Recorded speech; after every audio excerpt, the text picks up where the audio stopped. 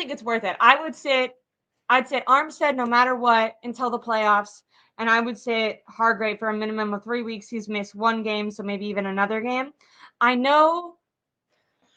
I guess the thinking is if they can push and they can beat the Ravens, then during week 18 they can kind of take that week off and they'll have, if they solidify that first seed, they're going to have a bye week, which they desperately need, not only for the players that are injured, but I think it was Kyle Posey of Niners Nation put out something. They had 17 missed tackles in the last game.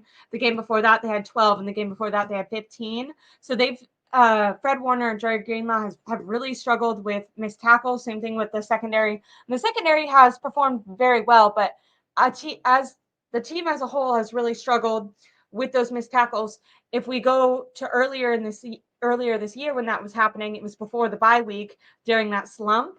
And what were all the players saying? They were saying that they started getting burnt out, they started getting tired.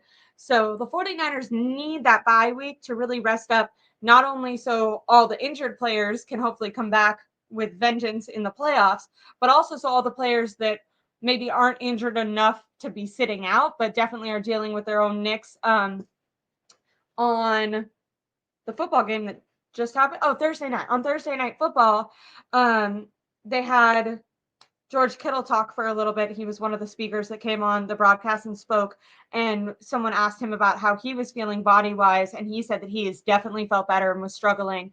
I know that he was also someone who talked about needing that bye week earlier on. So I kind of think for these football guys, every like 5 to 8 weeks, it seems like their battery, whether it's just their mental battery or their physical capability, really gets drained, and any sort of rest is really helping them. So I wonder what you guys think.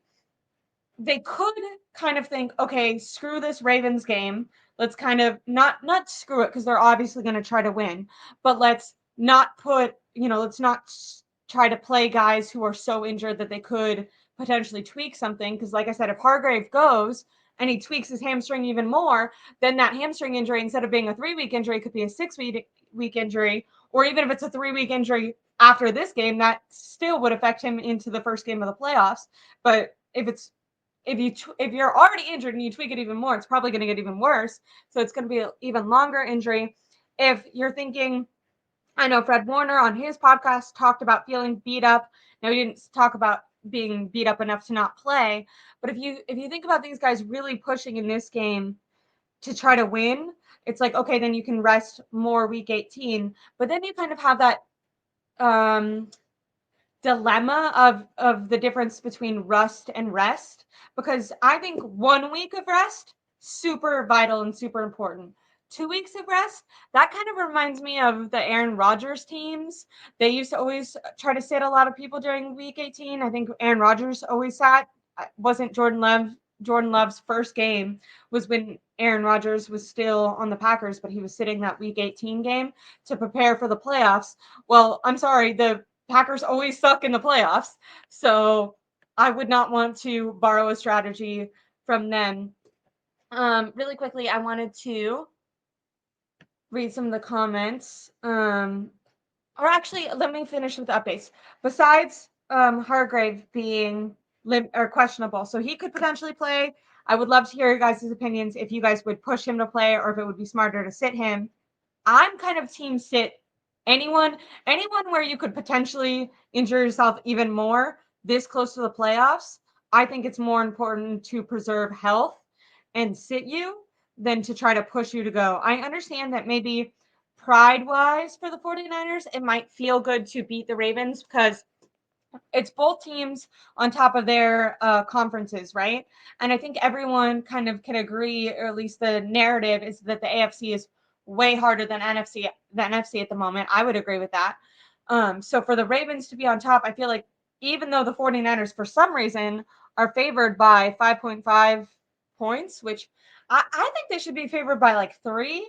I feel like that would be, because that would mean that they were kind of even on a neutral field. Now, the 49ers do have more stars. I think I saw something that the 49ers have 8 Pro Bowl players and the Ravens have 4. and I don't even know, that might be including some injured guys, because I think that includes Mark Andrews. But the 49ers do have more talent, so maybe that's why they are favored by 5.5.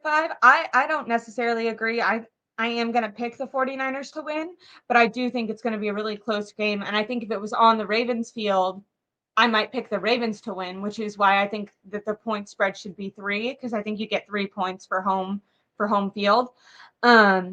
So I don't think the advantage should be that much. But yeah, I would sit Hargrave, but he is questionable, and it does seem like the 49ers are going to play him if he's able, like if it's on the line and he could go, it seems like they might push him to go.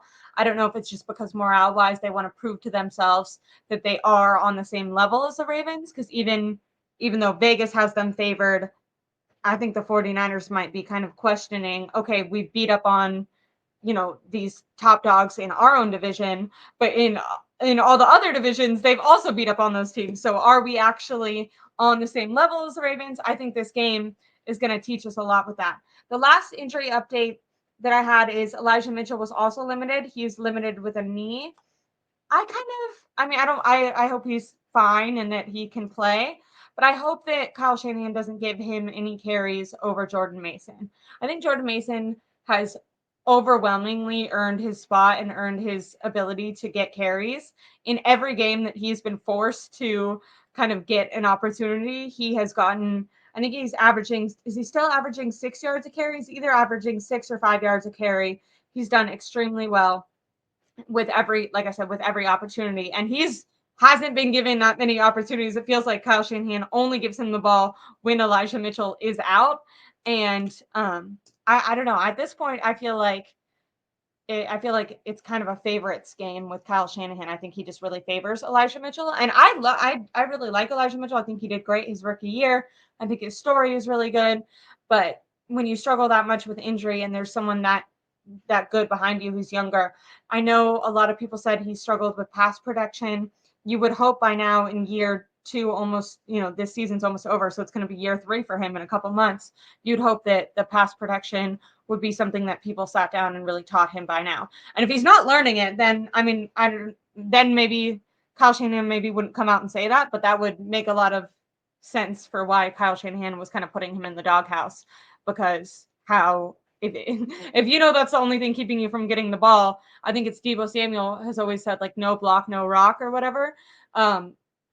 We all know the story of Brandon Ayuk got put in the doghouse for not doing his job outside of catching the ball. I think it's the same thing with the running backs, but just instead of catching the ball, it's carrying the ball. If you want to carry the ball, you better be doing good at all of your other assignments as well.